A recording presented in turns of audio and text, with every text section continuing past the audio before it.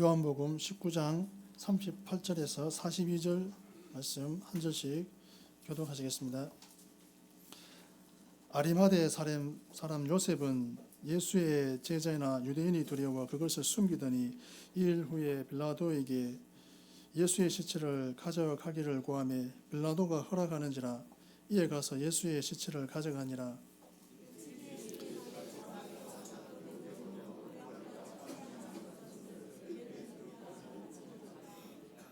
이에 예수의 시체를 가져다가 유대인의 장례법대로 그 향품과 함께 세마포로 샀더라.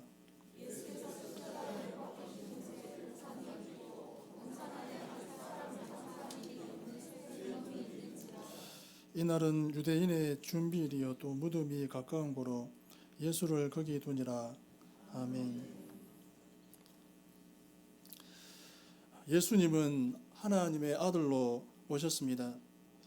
사람의 모습을 한 하나님의 아들이셨습니다. 이 땅에는 특별한 사람들이 있습니다. 나면서 왕족으로 태어난 사람들이 있는가 하면 특별한 집안에서 태어난 사람들이 있습니다. 그러나 무엇보다 예수님을 믿는 저와 여러분이 가장 특별한 사람들입니다. 구원 얻는 믿음을 가진 성도들이기 때문입니다.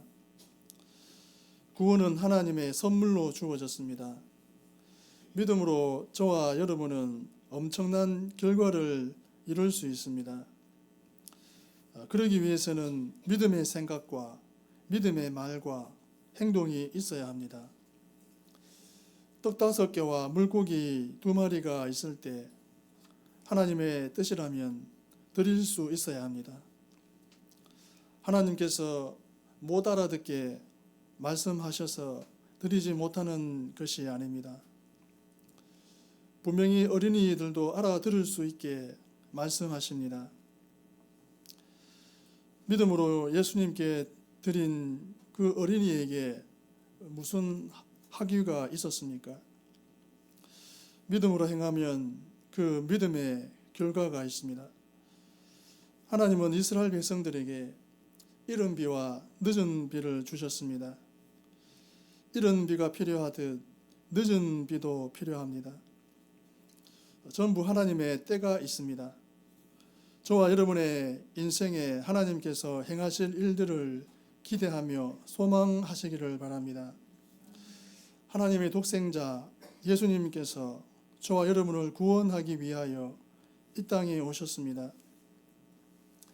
죄와 사망의 권세에서 구원하기 위하여 엄청난 값을 하나님께서 치르셨습니다. 이 땅에 있는 모든 땅의 값이 얼마입니까? 이 세상의 모든 금과 은의 값이 얼마입니까? 그 모든 것으로도 저와 여러분을 죄에서 구원하지는 못합니다.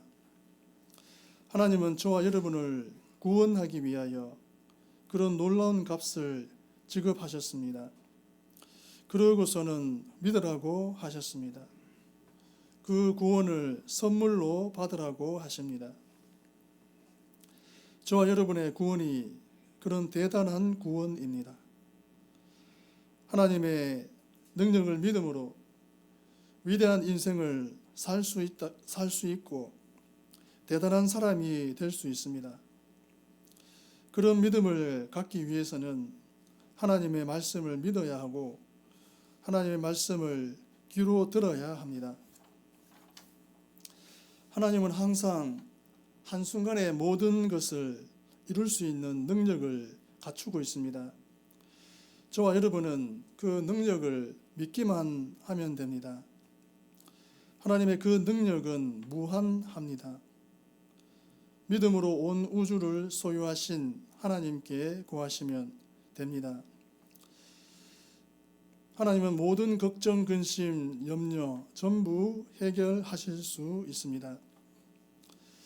하나님을 위한 일에 너무 늦은 때는 없는 것 같습니다. 아브라함은 75세에 주님의 부름을 받기도 하고 낙심과 좌절로 보내던 80세 모세가 하나님 앞에 새로운 소명을 받기도 합니다. 오후 5시에 포도원에 도착했던 농부에게도 역시 한 데나리온의 보상이 주어지고 예수님 우편 강도는 마지막 순간에 낙원을 허락받기도 했습니다. 주님의 나라와 주님의 뜻을 이루는 일에 너무 늦은 때는 없습니다. 오늘 본문에는 주님 앞에 뒤늦게 하나님을 위한 아주 소중한 일을 감당한 두 사람을 만나게 됩니다. 그들의 헌신을 통해 저와 여러분에게도 새로운 기회를 주시는 그 하나님을 다시 경험할 수 있었으면 좋겠습니다. 주님께서 공생의 사역 중에 주님의 뒤를 따르거나 주님과 함께하지 못했던 사람이 주님이 돌아가시고 난 이후에야 주님의 나라를 위하여서 귀하게 쓰임받은 사람들도 있습니다. 저와 여러분은 주님을 위한 헌신에 너무 늦지 않기를 바랍니다. 할 수만 있다면 더 젊은 날에 더 힘이 있을 때 주님을 위해서 충성하고 주님의 나라를 위하여서 귀하게 쓰임받는다면 더할 나위 없습니다.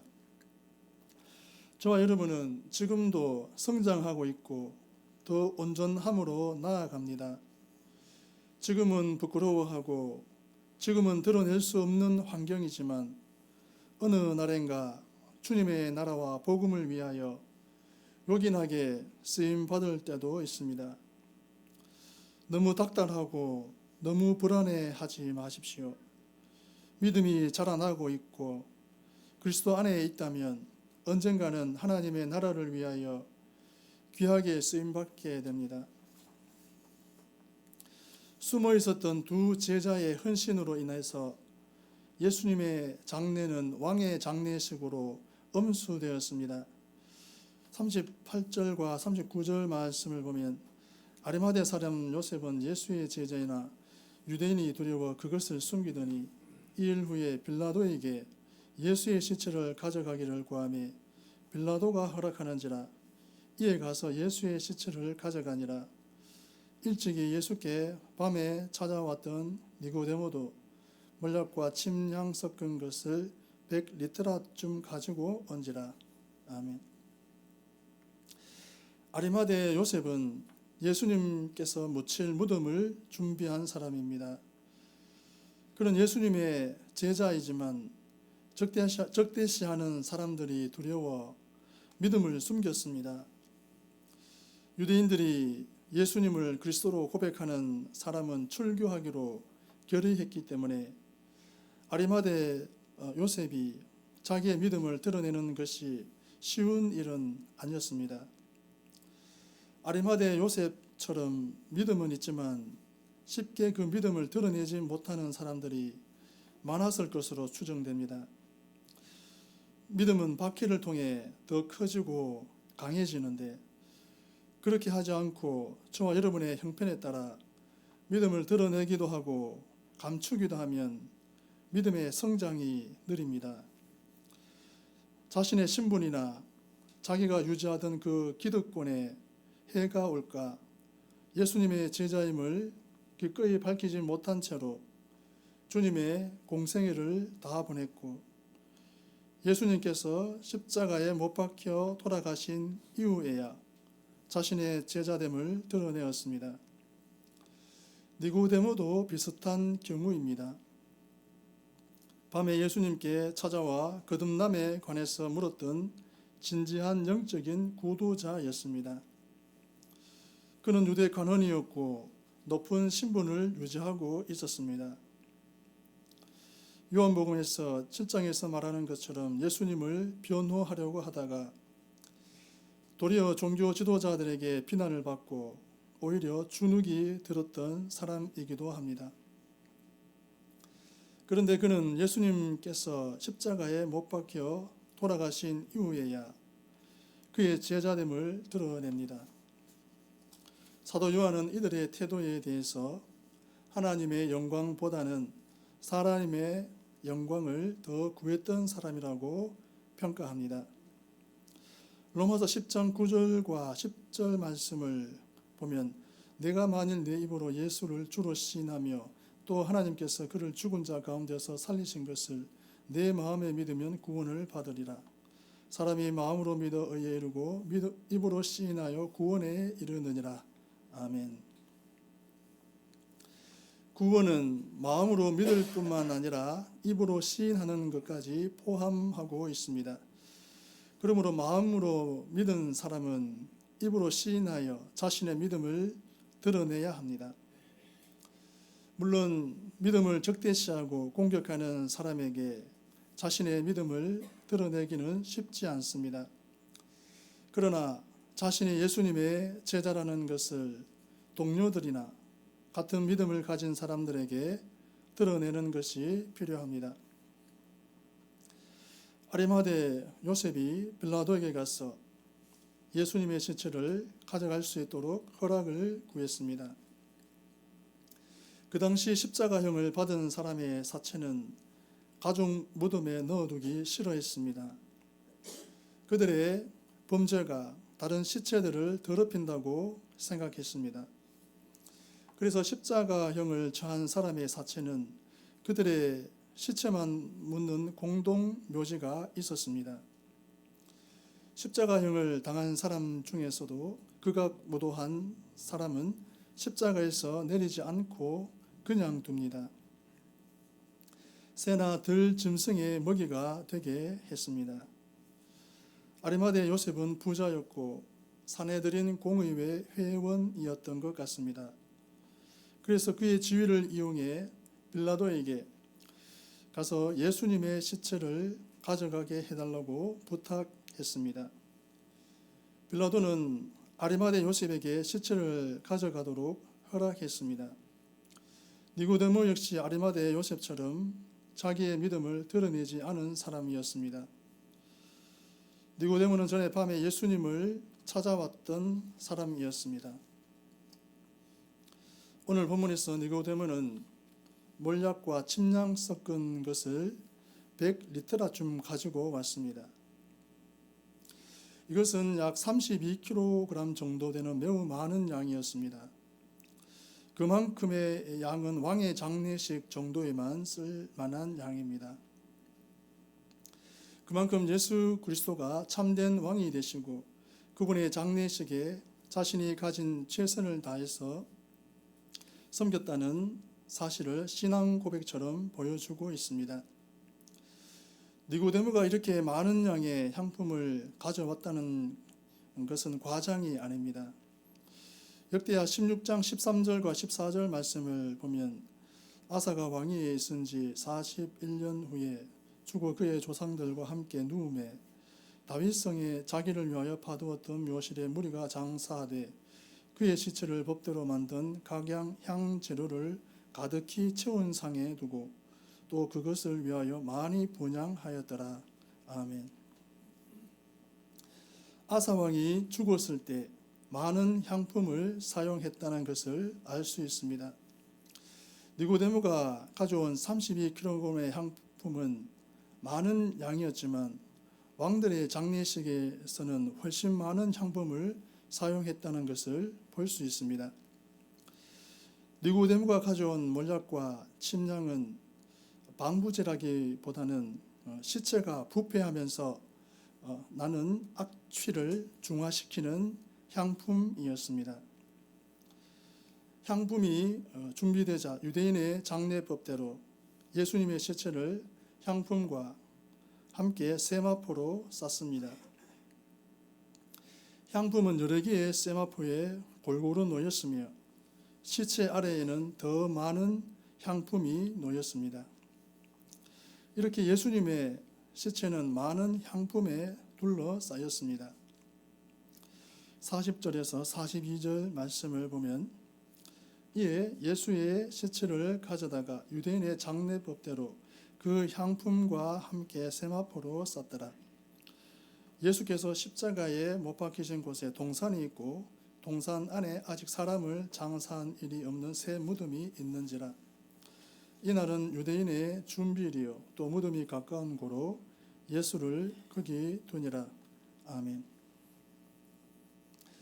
요한복음은 예수님이 십자가에 못 박힌 그곳에 동산이 있었고 동산 안에 아직 사람을 장사한 일이 없는 새 무덤이 있다고 말하고 있습니다.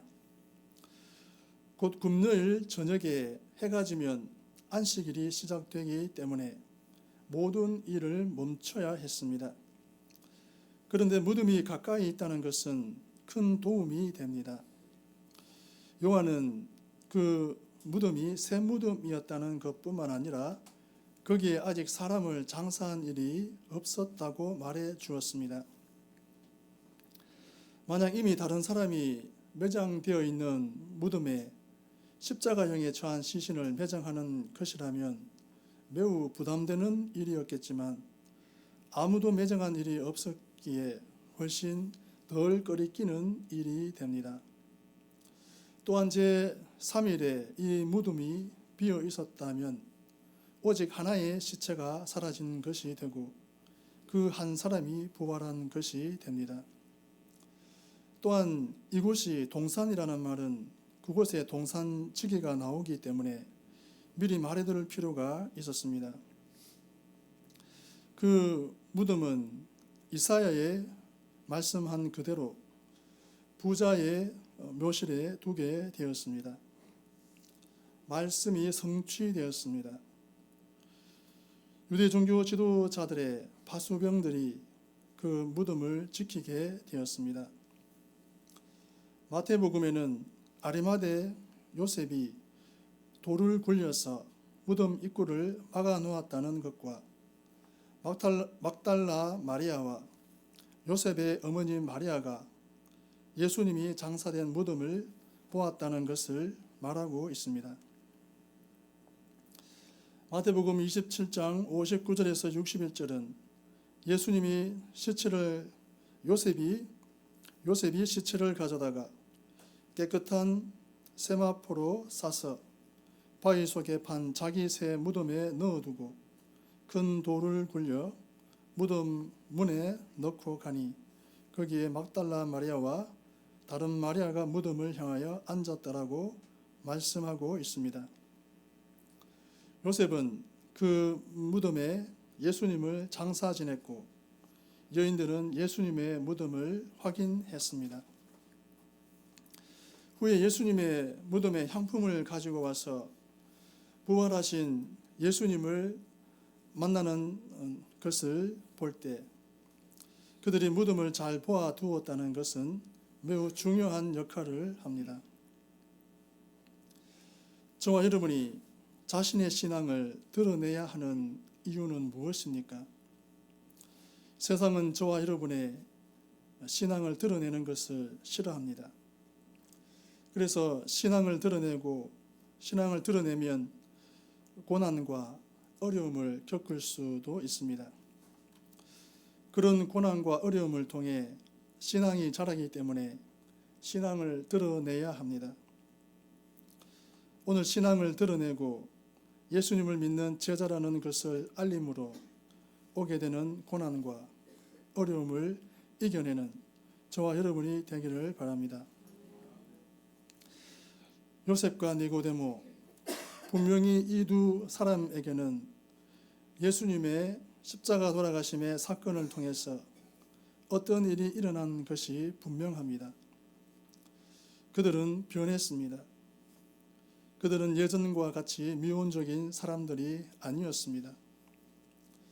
그들은 불이익을 두려워하지 않고 그리스도의 제자로서 자신들의 정체를 드러냈습니다. 용감해졌습니다.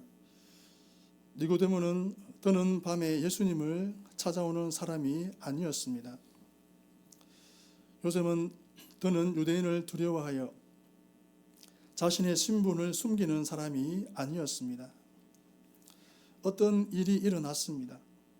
저와 여러분은 주님께서 이미 하셨던 말씀을 기억합니다. 요한복음 12장 32절 말씀을 보면 내가 땅에서 들리면 모든 사람을 내게로 이끌겠노라 하시니 아멘. 이 말씀은 주님께서 십자가에 달려 돌아가실 것을 말씀하심과 동시에 그 돌아가심으로 사람들을 구원하시겠다고 하신 말씀인데 가장 먼저는 이 두 사람에게 일어났습니다. 물론 요한복음이 그것을 증거하고 있지는 않지만 공관복음은 예수님의 처형을 진행했던 백부장의 신앙을 증언하고 있습니다.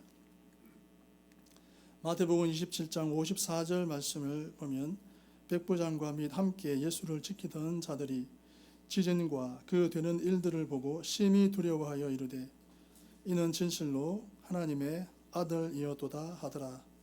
아멘. 이 사람들은 실로 그들의 영혼에 어떤 일이 일어난 사람들입니다. 그들이 이렇게 회심의 증거를 드러낼 수 있도록 성령 하나님께서는 그들의 마음에 중생을 일으키셨습니다. 요한복음 3장에서 주님은 니고데모를 만나 거듭나야 하나님의 나라를 볼 수 있다고 말씀하셨습니다. 그 가르침은 그동안 니고데모의 머릿속에 남아 있었습니다. 그런데 주님께서 십자가에 돌아가시는 이 과정에서 성령님은 그 사람의 속에 그리고 요셉의 영혼에 변화를 일으키셨습니다. 하나님을 싫어하고 영원히 죽을 인생이 하나님의 생명을 얻게 되고 하나님을 사랑하며 살아갈 수 있는 새 생명을 얻었습니다. 그들은 죽음을 두려워하지 않습니다. 그들이 이전에 두려워하던 대상들을 더는 두려워할 필요가 없습니다. 그들이 두려워하는 대상은 오직 보이지 아니하시고 살아계신 하나님뿐입니다. 이것은 그저 심리적 변화로 설명할 수 있는 것이 아닙니다. 중생은 새로운 창조입니다. 저는 오늘 이 본문을 통해서 여러분에게 질문합니다. 저와 여러분에게는 그 일이 일어났습니까? 저와 여러분은 과연 하나님 외에 아무것도 두려워하지 않는 믿음을 경험해 보셨습니까? 그리스도를 위해서 자신의 영예와 이익을 내려놓는 자리에 서는 믿음을 알고 있습니까? 그런 일을 가능하게 하는 어떤 일이 저와 여러분의 영혼 안에 일어났습니까? 더 분명한 확신을 달라고 구하십시오. 그러기 위해서 지속해서 하나님의 말씀 앞에 나아가십시오. 하나님께서 요셉과 니고데모에게 행하셨던 그 어떤 일을 저와 여러분 모두의 삶 속에 행하시기를 구합니다. 하나님의 말씀을 듣다 보면 저와 여러분의 기도도 응답을 받는다는 생각이 들 때가 있습니다. 그럴 때에 믿음으로 아멘 하시는 것이 중요합니다. 그 순간에 그 믿음이 역사합니다. 내가 믿나이다 라는 그 간절한 한마디에 내 믿음대로 될지어다 라고 하나님은 말씀하실 수 있습니다. 38해 된 병자처럼 지나간 날의 실패와 좌절은 잊어버리시고 오늘 할 수 있는 것이 아무것도 없더라도 하나님은 하실 수 있다고 믿으시기를 바랍니다. 지금까지는 그런 일이 아무에게도 일어난 일이 없더라도 하나님은 하실 수 있다고 믿으시는 저와 여러분이 되기를 바랍니다. 그러면 부활의 능력으로 하나님께서 하실 줄 믿습니다. 기도하시겠습니다. 하나님 아버지, 예수님의 장래에 필요한 전부를 준비하신 하나님, 준비하시고 예배하시는 하나님을 믿으며 믿음으로 살게 하소서. 예수님의 이름으로 기도드립니다. 아멘.